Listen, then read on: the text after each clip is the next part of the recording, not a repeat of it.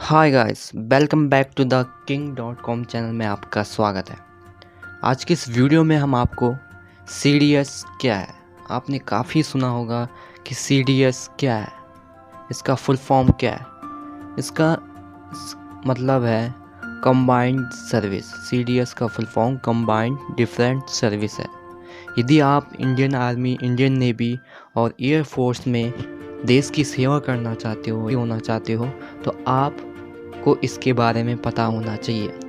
Generally क्या होता है कि जो बंदा आर्मी में भर्ती होना चाहता है वो 12वीं के बाद अपनी तैयारी स्टार्ट कर लेता है और उसके ज़रिए निकल पाता है। अगर कोई कैंडिडेट नहीं निकल पाता है तो उसके लिए दूसरा ऑप्शन है CDS exam, combined defence service, संयुक्त रक्षा सेवा, जिसे UPSC कंडक्ट करती है। इसके साल में 2 बार एग्ज़ाम होते हैं। CDS का एग्ज़ाम 2 बार होते हैं। सबसे पहले इसमें रिटन टेस्ट होता है। अगर आप रिटन क्लियर कर देते हो तो आपको नेक्स्ट इंटरव्यू के लिए बुलाया जाता है। तो सबसे पहले जानेंगे कि इसमें कौन कौन से, अगर हमें इंडियन नेवी के लिए और इंडियन आर्मी के लिए और इंडियन एयर फोर्स के लिए अलग अलग सब्जेक्ट मैटर है। सबसे पहले एजुकेशन की बात की जाए तो हमें क्या क्या एलिजिबिलिटी होनी चाहिए CDS एग्ज़ाम देने के लिए। तो आपको पता चल गया होगा कि CDS क्या है। जो भी नेवी में या देश की सेवा करना चाहता है, आप इस एग्ज़ाम के ज़रिए सीधा ऑफिसर रैंक में लग सकते हो। तो सबसे पहले बात करते हैं हम इसमें इंडियन आर्मी की, जो कि इंडियन मिलिट्री एकेडमी देहरादून में है, और इंडियन नेवी जो कि गोवा में है, एयर फोर्स जो हैदराबाद में इसकी एकेडमी है। अगर आपको इंडियन नेवी में सेलेक्ट होना है या इंडियन नेवी में भर्ती होना है तो उसके लिए आपको ग्रेजुएशन होना ज़रूरी है। चाहे इंडियन नेवी हो या CDS एग्ज़ाम देने के लिए आपको ग्रेजुएशन होना चाहिए। कोई भी स्ट्रीम से आप ग्रेजुएट होना अनिवार्य है। सबसे पहले बात करते हैं इंडियन आर्मी। इसमें आपको ग्रेजुएशन होना बहुत ज़रूरी है। कोई भी स्ट्रीम से, आर्ट्स से, साइंस से, कहीं से भी आप इसमें अप्लाई कर सकते हैं। इंडियन नेवी के लिए आपको केमिस्ट्री, मैथ और फिज़िक्स और इसके साथ इंजीनियर की डिग्री होना ज़रूरी है।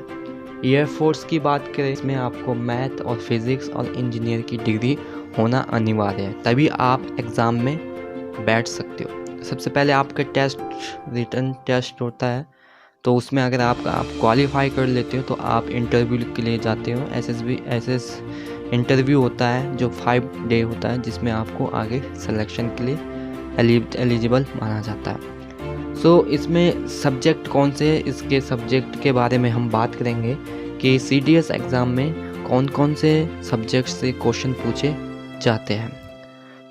सबसे पहले बात करते हैं हम इंडियन आर्मी की। तो इसमें आपको मैथ और इंग्लिश और सामान्य ज्ञान, टाइम को 2 घंटे मिलते हैं और 100 नंबर के अंक होते हैं। इंडियन नेवी के लिए मैथ, इंग्लिश और साइंस होती है तीनों।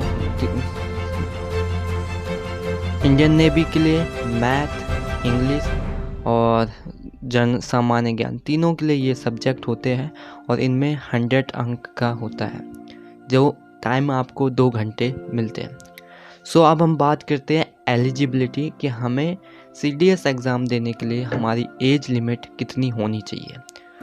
आप अगर इंडियन आर्मी में सेलेक्ट होना चाहते हो तो आपकी एज 90 से 25 साल तक होनी चाहिए, 24 साल तक होनी चाहिए। एंड अगर आप इंडियन